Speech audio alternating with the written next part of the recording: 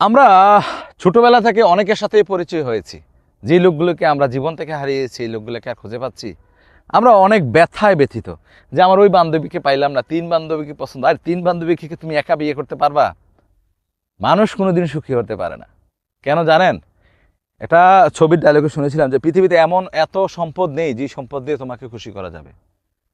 মানে এর মানে কি, যে এই পৃথিবী জুড়ে যত সম্পদ আছে সব সম্পদ যদি তোমাকে দেওয়া হয় তাহলেও তুমি খুশি হবা না। তো সুতরাং আমরা যাদেরকে ভালোবাসি তাদের সবাইকে কিন্তু পাই না। আমার যদি মনে করেন যে 10টা বান্ধবী থাকে, 10টা বান্ধবীকে কি আমি বিয়ে করা সম্ভব?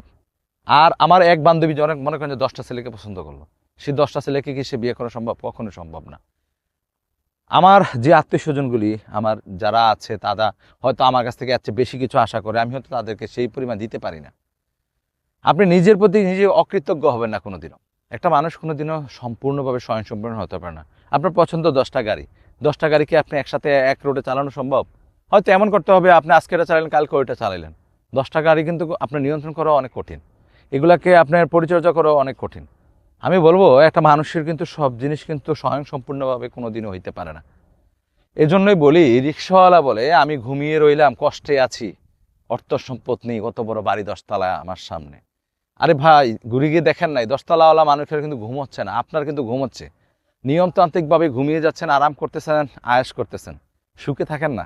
টাকা পয়সা এই যে সুখ তা কিন্তু না, সুখ এইখানে থাকে। আল্লাহ তাআলা নসিবে যদি সুখ রাখে কষ্ট দিবে কে? ভালো থাকবেন, সুস্থ থাকবেন, ভিডিওগুলি শেয়ার করতেন। আসসালামু আলাইকুম।